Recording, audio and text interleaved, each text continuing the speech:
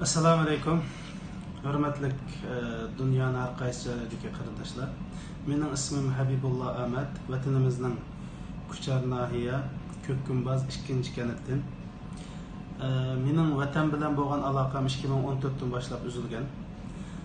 Hozir men Istanbulda opam bilan bir yashayman. Vatanda bir hadam, 3 singlim bor. Endi men shu yetgan ba'zi xabarlarda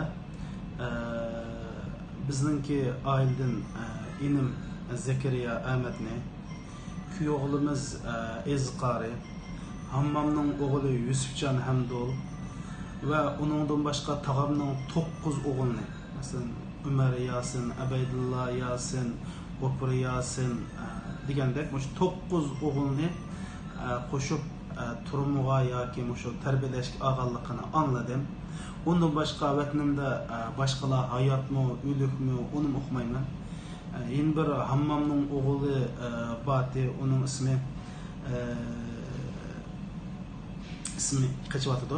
Ya'ni shularning turmuğa olganligini 2014lam shularni solab turmuğa olganligini anglagan. Uningdan keyin vatandagi tuqqanlarimning nima bo'lganligi, qanday bo'lganligi faqat xabarim yo'q.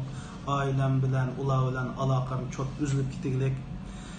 Ana muşuna o'xshash, menga o'xshash oilasi ziyonkashlik uchirgan qarindoshlarningki jim tumay mush qarindoshlarini qo'g'dash yo'lida dunyodagi jamoat fikriga o'zining uchrayotgan ziyonkashlikni oshkorlashga chaqiriq qilaman.